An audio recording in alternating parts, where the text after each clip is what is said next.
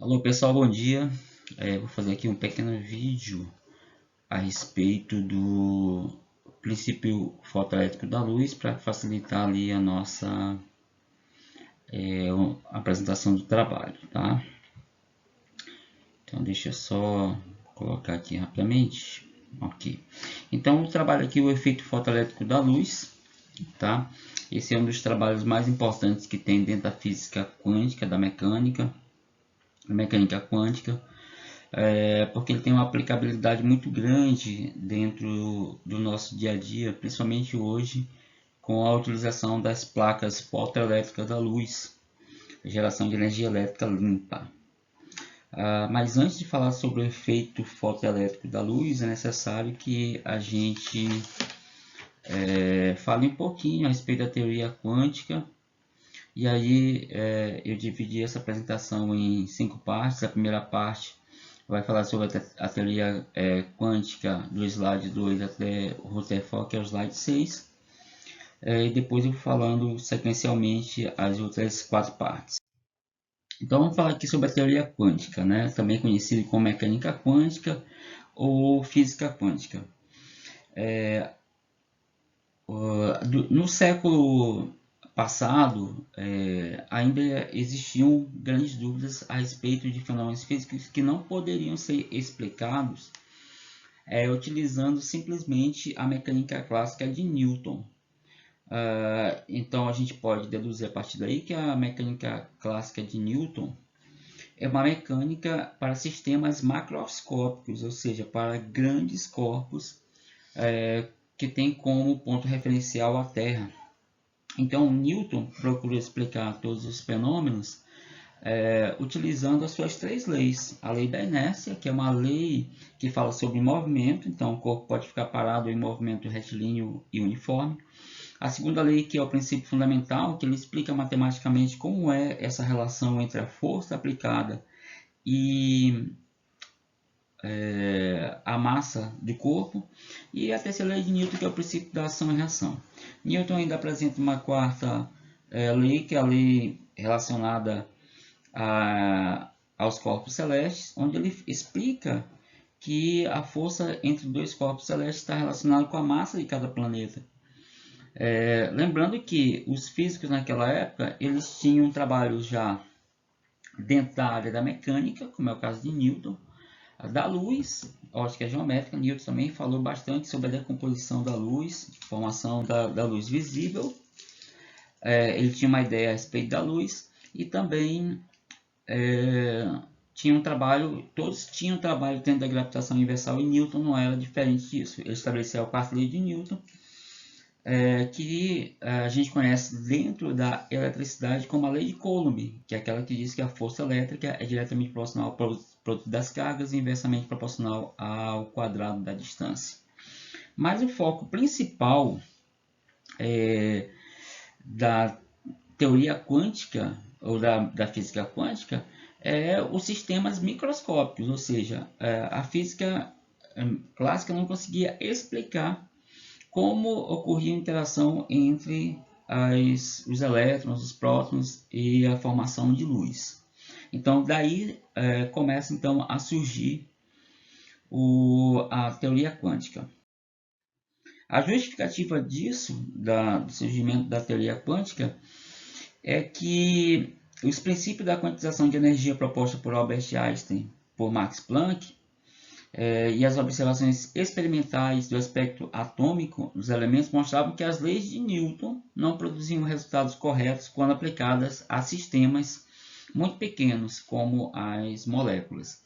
Então, essas leis não eram previstas. O próprio Albert Einstein, quando ele estabelece a sua teoria da relatividade, ele diz: o Newton realmente foi o maior físico de todos os tempos, porém as suas leis elas são válidas para sistemas considerados macroscópicos. Quando o corpo viaja na velocidade da luz, e aí eu tenho uma interação de sistemas microscópicos, as suas leis elas não são mais corretas para explicar esses fenômenos. Então, a mecânica quântica ela foi criada por Planck, Bohr, Einstein e Schrödinger. Só que esses 4 não foram os criadores, mas sim foram os grandes expoentes dessa nova teoria. Surgiram outros aí como o Thomson, o Bohr, o Summerfield, mas esses 4 aí foram os grandes expoentes. A mecânica quântica, ela explica o movimento dos elétrons em torno do núcleo, principalmente aí na teoria de Rutherford, Niels Bohr, Summerfield. Mas só que ela não consegue explicar todas as suas teorias. Então a teoria ela tem várias lacunas, principalmente aquela que tenta explicar por que o metal, quando aquecido, ele vai ficar vermelho, e aí isso é explicado dentro da teoria do corpo negro. O espectro de átomos mais complexos acabam não sendo explicados, né? Então, existem muitas lacunas dentro da teoria quântica, mecânica quântica, isso do início do século passado. Por que isso? Porque a gente não tinha ainda tecnologia suficiente para explicar esse tipo de fenômeno. Então surgem algumas perguntas, né? Porque algumas raias do espectro são mais intensas do que outras, né? Então, quando se vai falar sobre o espectrograma, que foi o equipamento que o Summerfield utilizou para medir a velocidade do átomo e a órbita dos elétrons em torno do núcleo.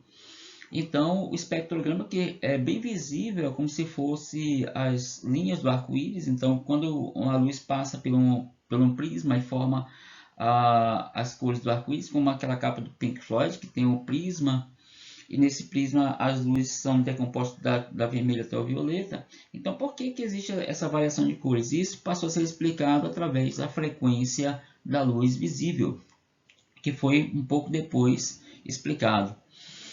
Como os átomos interagem uns com os outros formando sistemas estáveis? Então, essas perguntas estão relacionadas com diversas forças que agem sobre esses átomos, para formar as moléculas, que a força centrípeta do elétron associada à força de atração com o núcleo do átomo. Então, isso faz com que ocorra um equilíbrio, que faz com que o elétron gire em torno daquela órbita de forma estacionária.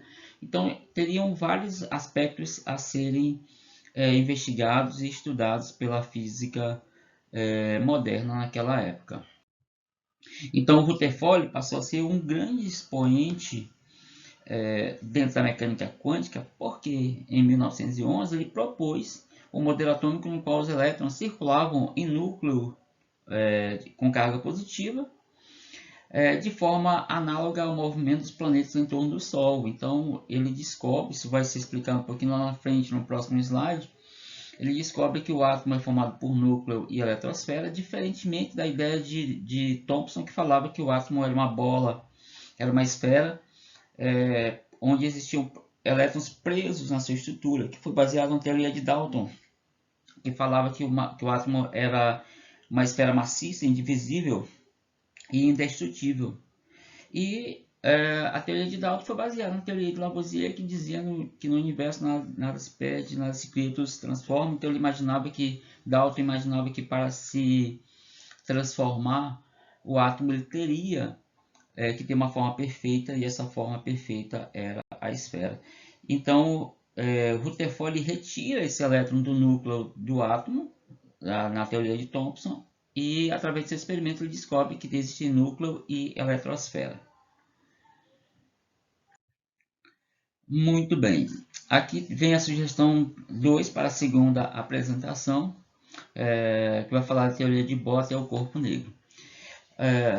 Quando Rutherford descobre, então, o núcleo e a eletrosfera do átomo, ele tinha como companheiro de trabalho o Niels Bohr, que era um cientista prodígio da época. E aí, então, o Niels Bohr, ele, ao estudar essa teoria, juntamente com o Rutherford, ele percebe que existe uma eletrosfera onde os elétrons giram em órbitas circulares, segundo ele, em torno do núcleo do átomo. Então, Bohr, baseando-se nos conceitos da quantização, estipulou que a energia do elétron em suas órbitas em torno do núcleo também era quantizada. Então, para ele seria mais ou menos o seguinte: os elétrons iam girar na eletrosfera em torno do núcleo. Cada elétron estaria em uma eletrosfera específica de acordo com a sua quantidade de energia. E isso é importante lá para o princípio fotoelétrico da luz. Tá? Por isso a importância desse modelo atômico de Niels Bohr, Sommerfeld e Rutherford. Então, se o elétron gira na camada 2, é porque ele tem energia suficiente para girar na camada 2. Se ele perde energia, ele muda, atraído pelo núcleo do átomo, para a camada 1.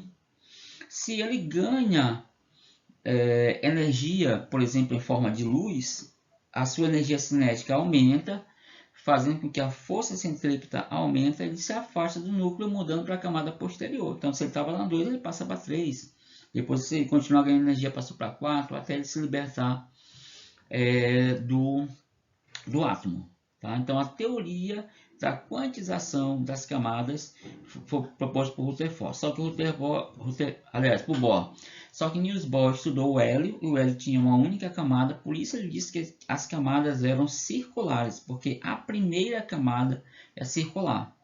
Então, como ele estudou o hélio que tem apenas um elétron e uma única camada, então para ele todas as camadas eram circulares. Ele generalizou. Em 1925, o Schrödinger e o Heisenberg estabeleceram a teoria quântica. Tá? O Heisenberg ele dizia que era impossível determinar a posição com precisão de um elétron ao redor do núcleo, porque era incerto, teoria da incerteza de Heisenberg. Então, o elétron, dentro da física, por exemplo, a definição de um segundo, ela é o tempo necessário para que o móvel complete 1 bilhão de voltas ao redor do núcleo. Então, quando você diz que o elétron está aqui, ele já deu 1 bilhão de voltas. Então, é impossível determinar a posição do elétron em torno do núcleo do átomo, segundo a teoria da incerteza de Heisenberg. Mas foi Schrödinger que definiu aí matematicamente a energia dos átomos através da sua equação. Alguns autores dizem que a equação de Schrödinger é a equação de tudo, ou seja, ele conseguiria explicar tudo no universo através dessa equação. É claro que é um gigantesco exagero, mas dentro da física essa equação pode ser utilizada para tudo. Então, Schrödinger postulou uma equação que permite calcular os níveis de energia e a possibilidade de se encontrar uma partícula em determinada região. Vejam, ele fala em determinada região, não é o local como Heisenberg estabeleceu incertamente, mas sim uma região que lá em química, no primeiro ano, se estuda isso como níveis de energia. Então, você tem a camada, tem o nível, tem o subnível de energia e tem o sentido de movimento dos elétrons, que são o spin. Então, a região, que é o nível de energia, ou seja, a camada no qual o elétron se movimenta, é explicado pela equação de Schrödinger. E pelas leis de Newton, então quebrando aí, fazendo uma cisão, uma separação entre a física clássica de Newton e a física moderna, surge então a física moderna para explicar essas teorias. Podemos descrever o movimento dos elétrons pela lei de Newton, a partir de forças que atuam sobre ele. Mas essa teoria é baseada por Coulomb, né, com cargas elétricas, é baseada na lei de Newton, quarta lei de Newton, que fala sobre a força de interação entre os planetas. Então, a teoria quântica calcula a possibilidade de se encontrar o elétron, ou uma partícula, em uma região do espaço, usando a equação de Schrödinger. Então, aí começa então já a surgir a física quântica das pequenas partículas. Mas foi James Clerk Maxwell que determina um dos principais postulados, que é a explicação da natureza da luz, no qual ele dizia que a luz era uma onda eletromagnética. Até então, já para quebrar de vez, para fazer a cisão completa entre a física clássica e a física moderna, o Newton dizia que a luz era formada por pequenas partículas. E o Albert Einstein dizia que a luz era formada por energia radiante. E aí uma colocação, um parêntese aqui. O Albert Einstein respeitava muito o Isaac Newton, mas ele tentava de todos os modos quebrar as leis de Newton, estabelecer novas leis. Não conseguiu quebrar nem a primeira, nem a segunda, nem a terceira lei de Newton. Porém, uma das leis ele conseguiu quebrar, que é a teoria corpuscular da luz, onde Newton afirmava que a luz era uma forma de partícula. E o Albert Einstein dizia, não, é uma forma de energia. Daí então, o Maxwell vai comprovar isso matematicamente, né? Maxwell é um grande companheiro, ele é gigantesco na matemática e ajudou bastante o filósofo Albert Einstein a determinar suas teorias. E aí ele comprova que se a luz leva 8 minutos para chegar até a Terra, com a velocidade que a luz apresenta, de 300 mil km por segundo, se ela fosse formada por partículas, a Terra seria completamente destruída ou perfurada por essas partículas, por menor que elas fossem. Então a luz é uma forma de energia radiante. E aí Maxwell determina então as ondas eletromagnéticas. Daí a gente pode dizer que se Deus disse que se faça luz, Maxwell disse que se faça o Wi-Fi. Então ele descobre aí o Wi-Fi dentro da sua teoria de ondas eletromagnéticas. Então ele dizia que as diferentes radiações visíveis, as cores, raios gama, alfa, raio X, ultravioleta, infravermelho, microondas, vão se diferenciar através da sua frequência. Então é a frequência que diz o que uma onda é. Assim como acontece hoje em dia, onde a Polícia Federal fiscaliza a emissão de ondas de rádio no espaço, né? Então, as diferentes operadoras de celular, a Vivo, a Claro, a Oi, as operadoras de internet, de TV, todas elas, o que vai diferenciar a emissão dessas ondas é a frequência. Então, cada operadora dessa emite uma frequência de onda que é chamada de banda, onde é como se fosse uma faixa no espaço onde aquela onda vai se propagar. Se a operadora emitir uma onda com uma faixa superior à sua banda, ela acaba interferindo na comunicação de outra operadora e isso pode causar sérios problemas. Tá? Então é a frequência que vai diferenciar uma onda da outra. Aí vem o Max Planck, que para o efeito fotoelétrico da luz, ele é o mais importante, porque eu já sei que a luz é uma forma de onda eletromagnética que vai atingir a placa, e aí essa luz vai excitar os elétrons dentro do átomo, segundo a teoria de Rutherford, Bohr e Summerfield. O elétron se desprende. Só não falei de Summerfield, mas citando aqui, o Summerfield ele dizia que somente a primeira órbita em torno do núcleo é circular e as outras são elípticas, imitando então as órbitas dos planetas. Por isso que o modelo atômico aceito hoje chamado de modelo atômico planetário, porque imita o movimento dos planetas ao redor do núcleo, inclusive em suas órbitas, sistema microscópico. Então Max Planck, o que ele faz?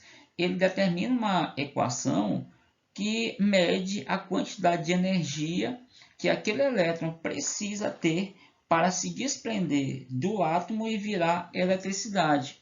Ou seja, qual é a quantidade de luz que o elétron recebe para que ele possa se desprender do átomo e virar eletricidade. Então, quem determina isso é o Max Planck. Então, ele fala que todo objeto que se encontra a uma temperatura ambiente é visualizado porque reflete a radiação em determinada frequência e em determinado comprimento de onda correspondente à sua cor. Ou seja, as cores são frequências. Então, quando um corpo ele vai vibrar, ele emite luz. Ao emitir luz, essa luz é de uma cor referente à frequência dela.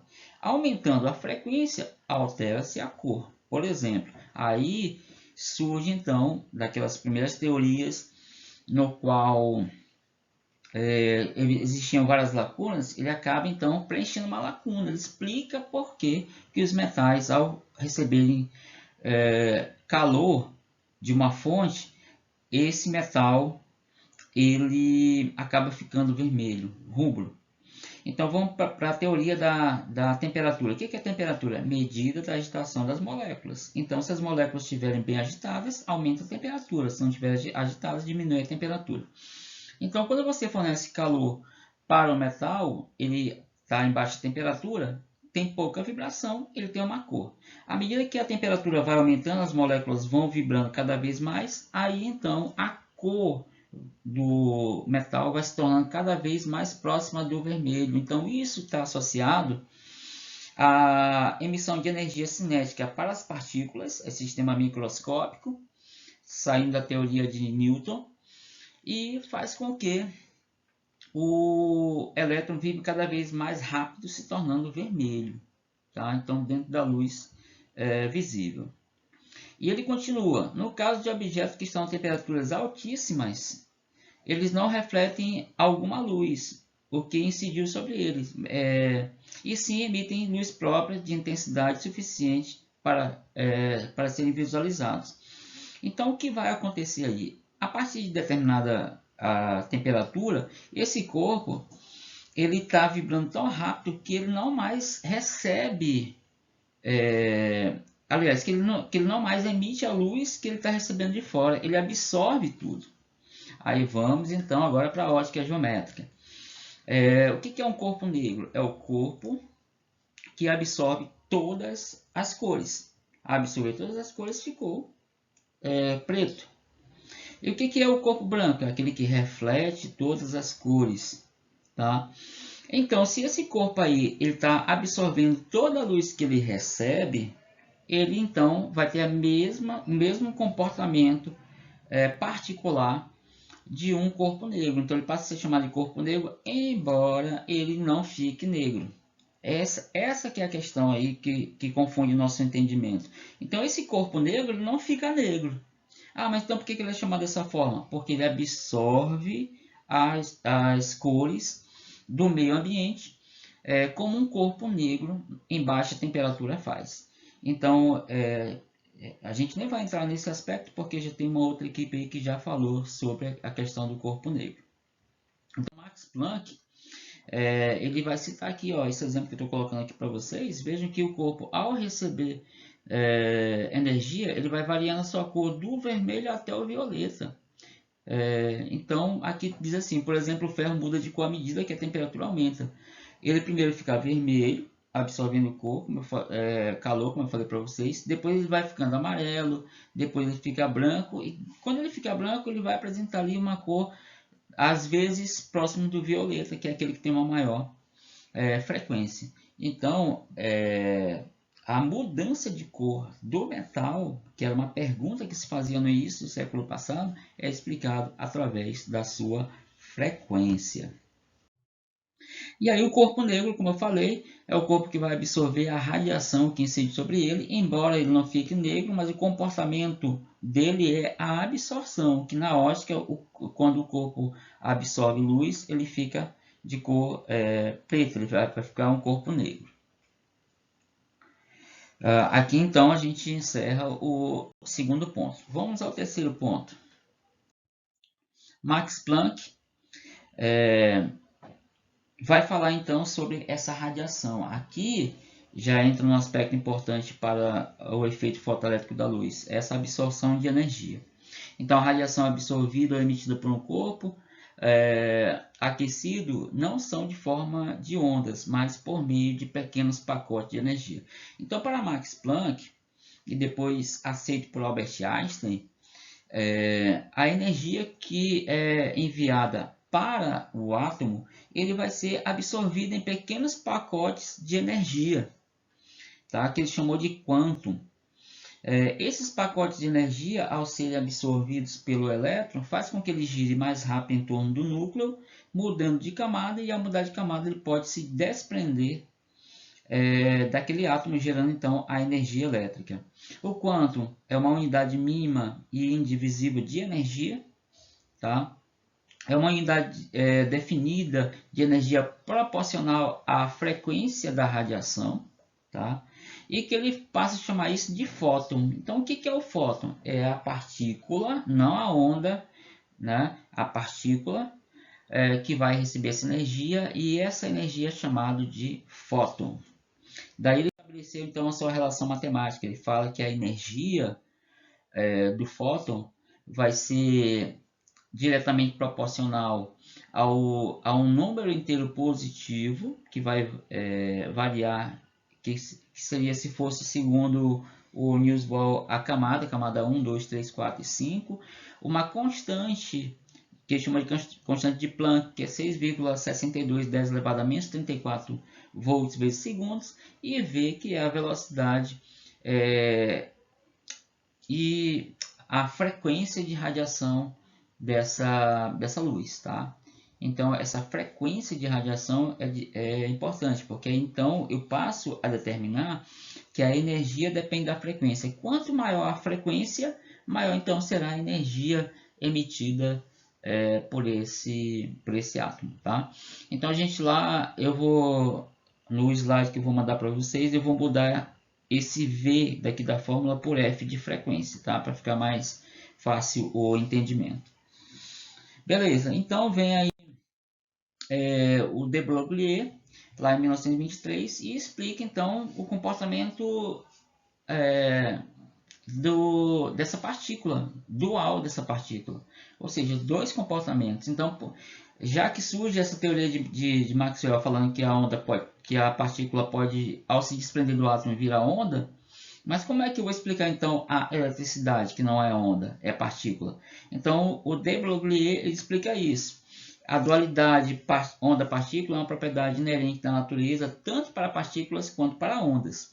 A natureza dual pode ser observada por meio de experimentos quando se investiga o comportamento das partículas, como elétrons, prótons e nêutrons e átomos. Então, segundo o de Broglie, o elétron, ao receber energia, dependendo da frequência com que ele atinge, ele pode se desprender do átomo virando uma onda eletromagnética, pode ser luz, pode ser onda de rádio, TV, celular, ou pode continuar sendo uma partícula fora do átomo. Aí ele vira então partículas elétricas, eletricidade, mas para isso ele vai apresentar o comportamento elétrico, tá?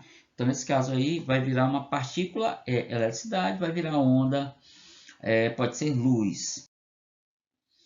O princípio da incerteza de Heisenberg: as partículas são como um campo de matéria, uma vez que não é possível determinar com absoluta certeza a posição de uma partícula quântica. Então, como eu falei para vocês lá no início, é impossível determinar a posição do elétron ao redor do núcleo.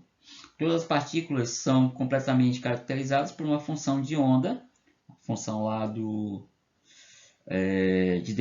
Schrödinger e depois de Max Planck, que nada mais é do que uma expressão matemática que carrega consigo toda a informação extraída daquela partícula. Bom, aí vem então a explicação da química, né, da atomística para o princípio fotoelétrico da luz. Tá? Experimento de Rutherford.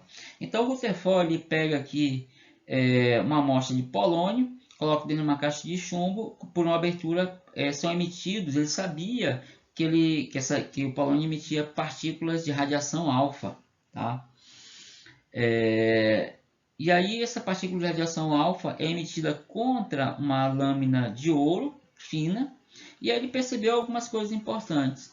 Primeiro, ele vai perceber que atrás, aqui eu tenho filme fotográfico, e atrás dessa partícula o filme queimava, ficavam bolas pretas por conta da radiação. Se você pegar um filme fotográfico e deixar exposto à luz do sol, ele vai queimar.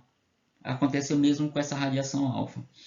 Então ele percebeu queimaduras no filme, tanto na parte de trás, quanto nas laterais, quanto na frente dessa lâmina, o que foi um aspecto importante. Tá? Então, com isso ele chega às seguintes conclusões. Primeiro, na região 1, com a grande parte da radiação alfa atravessou a lâmina de ouro sem nenhum empecilho. Voltando lá para o slide anterior, lá no slide anterior, então quando a partícula atravessa a lâmina de ouro, ele está atravessando porque não existe nenhuma barreira. É um espaço entre um átomo e outro, que ele chamou isso de eletrosfera, então o elétron passava com facilidade e queimava o filme atrás. Na região 2, que são as laterais, então existia uma bola preta no centro, o filme não ficava queimado do lado e ficava queimado pelo lado direito e pelo lado esquerdo, após esse espaço. Então, ele verifica, por esse aspecto, que o elétron sofria desvio quando atravessava essa lâmina. Então, alguns atravessavam direto e outros atravessavam para as laterais. Por quê? Porque ele passava muito próximo do núcleo. E ao passar próximo do núcleo, o princípio da atração e da repulsão, o núcleo atraiu o elétron, fazer com que ele sofresse um desvio, tá? Como eram as antigas TVs de tubo de imagem, que as laterais do tubo de imagem eram iluminadas por um canhão de partículas elétricas que eram desviadas por placas positivas e negativas, fazendo com que o elétron batesse no tubo de imagem nas laterais, formando a imagem naquele ponto, porque senão a imagem seria apenas no centro do tubo. Tá? E na região 3, que é a região que estava na frente da lâmina de ouro, também estava queimado. Por quê? Porque algumas partículas acertavam diretamente no núcleo do átomo. Aí elas não atravessavam o núcleo e voltavam. Logo, o núcleo do átomo seria denso, tá?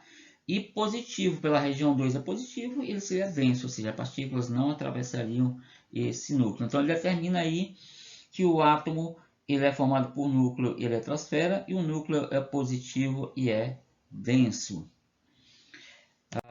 Depois o Niels Bohr completa essa sua teoria. Já até falei sobre Niels Bohr lá atrás. Então ele fala que o elétron gira em órbitas circulares ao redor do núcleo, de acordo com a sua quantidade de energia. Então aqui eu tenho, nessa apresentação, eu vejo que ele vai girar no primeiro camada, recebe luz de fora, aí ele gira para a segunda porque aumentou o seu nível de energia. Quando ele recebe luz novamente, ele passa para outra camada, até chegar na última camada, quando ele recebe luz, ele se desprende do átomo.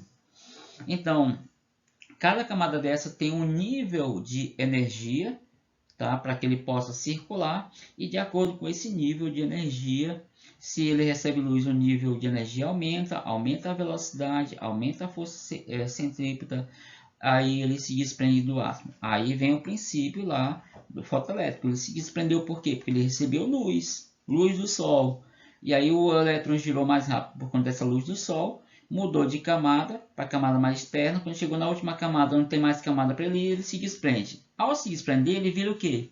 Segundo a dualidade de de Broglie, ele pode virar onda eletromagnética ou ele pode virar partícula, aí ele vira eletricidade. Tá? Mas para que isso possa acontecer, é necessário lá o Max Planck demonstrar isso matematicamente através da sua equação.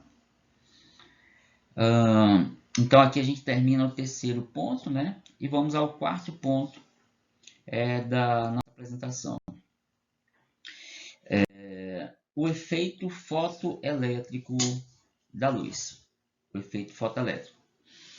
É um fenômeno quântico no qual a luz comporta-se como partícula conhecida como fótons. Então vejam, segundo a teoria de de Broglie, o elétron pode se comportar como luz ou pode se comportar como partícula.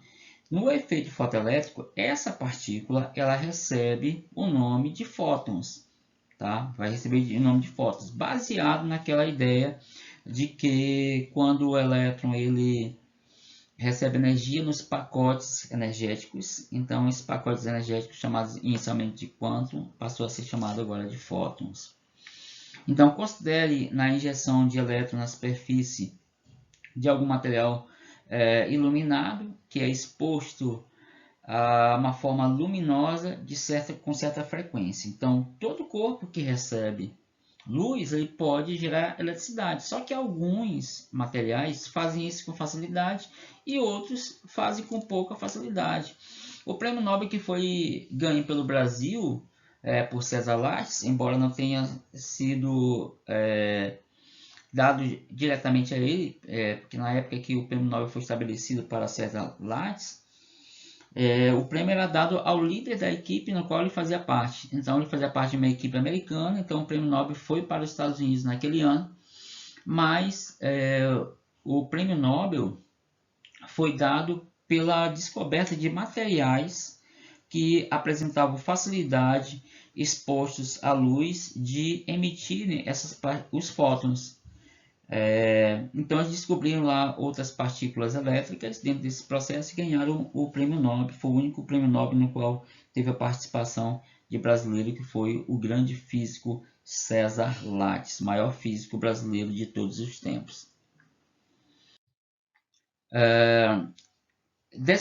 O efeito fotoelétrico da luz foi descoberto por Hertz em 1886, porém, como eu falei para vocês, a questão da falta de tecnologia não permite com que ele tenha grandes descobertas nessa área. Mas aí ele descobre a frequência da luz, por isso que a frequência tem o nome tem a sua unidade Hertz, tá? E então o Albert Einstein ele vai propor teorias a respeito da luz, e quando ele faz teoria a respeito da luz, ele procura explicar então o efeito fotoelétrico. Então a explicação teórica para o fenômeno foi feita em 1905 pelo físico alemão Albert Einstein. Então em 1905, quando ele vai falar sobre a teoria da relatividade da luz, ele vai fazer então uma explicação a respeito desse efeito fotoelétrico, que somente anos mais tarde ele consegue comprovar dentro do princípio fotoelétrico da luz. Conseguiu interpretar o efeito fotoelétrico usando argumentos matemáticos de Max Planck, generalizando-os. De acordo com a teoria de Planck, a radiação térmica é quantizada, isto é, apresenta valores de energia dispersa. Então, para cada material, o elétron que está ali preso, ele precisa de uma certa quantidade de energia. Então, ele só vai sair do átomo se ele superar essa energia que ele faz com que ele gire ao redor daquele núcleo. Então, o que ele chamou de radiação térmica quantizada e chamou essa energia de valores discretos. Segundo esse ponto de vista, a luz formada por pequenos pacotes de energia, que mais tarde foram batizados de fótons, como eu já falei para vocês. Então, como funciona o efeito fotoelétrico? Acontece quando os fótons que incidem sobre o material apresentam certa energia capaz de arrancar o elétron desse material. Então ele recebe energia, então aquele elétron é arrancado da partícula. Isso é importante. Cada material necessita de uma quantidade específica de energia para que os elétrons sejam ejetados. Então ele chamou isso de função trabalho. Então os materiais, como eu falei para vocês, alguns têm facilidade e outros não. Essa facilidade está associada à função trabalho. Então imagina que um elétron precisa de uma energia igual a 10 para girar ao redor do núcleo. Então quando ele recebe luz de fora, essa luz, que é uma forma de energia radiante, passa por elétron, ele vai começar a girar mais rápido, a sua energia vai aumentando, passa para 1, passa para 2, passa para 3, ele vai mudando de camada, passa para 4, passa para 5, quando chega em 10, ele está com a função de trabalho completa, então ele já vai se desprender, então ele continua recebendo, passou para 11, passou para 12, mas como já passou de 10, ele já se desprende do átomo e vira eletricidade. Com qual energia? Com energia 2. Porque estava em 10, passou para 11, passou para 12. Então ele vai ter 2 de energia de sobra para poder se movimentar fora do átomo. Então essa é a quantidade mínima de energia que precisa para que eu possa arrancar o elétron do átomo. Eu vou chamar isso de função trabalho. Que foi determinada por Planck através da energia do fóton. Então, Planck, para calcular a energia do fóton, ou seja, a energia que vai prender, que vai fazer com que ele saia do átomo, ele pega a constante de Planck e multiplica pela frequência. Então, isso quer dizer que quanto maior for a frequência, quanto maior a quantidade de luz, quanto maior a quantidade de energia térmica, quanto maior a quantidade de energia do Sol sobre aquela placa, mais energia ele é capaz de gerar. Porque aí essa energia do fóton é a sobra, é o quanto que vai fazer com que os elétrons se movimentem. Então, a energia é transferida para os elétrons do material na forma de energia cinética. Então, está aqui a equação que determina isso. A energia vai ser a energia do fóton, que é a constante vezes a frequência, menos a função de trabalho. Ou seja, o quanto que ele precisa para ficar no elétron, no átomo. Então, se ele ganha 15 e ele precisava de 10 para ficar lá, sobrou 5 para que ele possa transformar isso em energia elétrica. Então, essa aí é a função de Max Planck. Muito bem. Aí chegamos ao nosso quinto ponto, que é a aplicação prática disso no dia a dia. E a principal aplicação, como eu falei aqui, é a utilização das placas fotovoltaicas e da formação de energia elétrica limpa, né? Então, nós temos a conversão de luz em energia elétrica, nós temos as células solares, geração de energia solar como sendo uma alternativa renovável e limpa. Então, porque aí eu vou precisar apenas de uma transformação de energia luminosa em energia cinética e a energia cinética transformada em energia elétrica. Então, o efeito fotovoltaico foi descrito pela primeira vez pelo físico francês Becquerel em 1839. Basicamente, trata-se de uma criação de energia elétrica pela exposição das células sensíveis à luz. Então, o Albert Einstein, ele então cria essa teoria fotoelétrica da luz. Então, é o princípio que dá o prêmio Nobel ao Albert Einstein. Então, o Albert Einstein fez grandes coisas na vida, ele construiu ajudou a construir a bomba atômica, falou sobre a teoria da relatividade, ele vai falar sobre a teoria, vai quebrar a teoria corpuscular da luz, mas aquilo que dá o prêmio Nobel para ele é o princípio fotoelétrico. Então, muita gente acredita que foi a teoria da relatividade, mas não. Foi o princípio fotoelétrico da luz que dá o prêmio Nobel para ele em 1922 ou 24, se eu não me engano. É bom a gente que for falar sobre isso, dar uma pesquisada aí nesse ano. Então, por que isso acontece? Porque o prêmio Nobel é dado para coisas práticas, para aquilo que traz uma melhoria na vida da sociedade. Tá? Então, ninguém que desenvolveu a bomba atômica, por exemplo, a bomba atômica não foi tema de prêmio Nobel. Por quê? Porque traz destruição à humanidade. Tá? Mas a descoberta da radioatividade que compõe a bomba atômica, sim, né? Foi dado a Marie Curie, primeira mulher aceita pela sociedade científica como cientista. Ela ganhou o prêmio Nobel pelas suas ideias sobre a radioatividade e principalmente pela descoberta, pela utilização do raio-x como instrumento médico. E aqui eu estou mostrando para vocês aqui como basicamente vai funcionar essa questão da luz nas placas fotovoltaicas, né? Então a luz tem aqui os elétrons girando ao redor do núcleo, tá? Isso aqui é uma representação bem grosseira. A luz atinge o elétron, ele é então arrancado da eletrosfera por conta do seu aumento de energia cinética que faz com que ele se desprenda do núcleo do átomo. Então, toda vez que a luz bate em um desses elétrons aí, esse elétron ele é arrancado da sua estrutura. E aí, então, as placas fotovoltaicas elas passam a ser hoje bastante utilizadas. No futuro serão a grande forma de geração de energia na Terra, né? E aí, como é que vai funcionar esse princípio? A luz ela atinge a placa faz essa transformação de energia luminosa em energia elétrica. Agora eu estou falando de sistema macroscópico, não estou mais falando lá de dentro do núcleo do átomo, que eu já expliquei isso no slide anterior. Então essa energia elétrica ela vai fluindo entre as placas, tá? E aí chega aqui até o conversor. Esse conversor vai enviar energia elétrica para a residência. Aquilo que sobra é enviado para fora da casa para o sistema elétrico da operadora, no nosso caso aqui é Equatorial, que vai utilizar essa energia de outra forma, vendendo para outras casas. Aí o que acontece? À noite, quando não tem luz, a operadora ela devolve a energia para casa para ser utilizado durante a noite, ou seja, a sobra de energia durante o dia a gente vai utilizar durante a noite.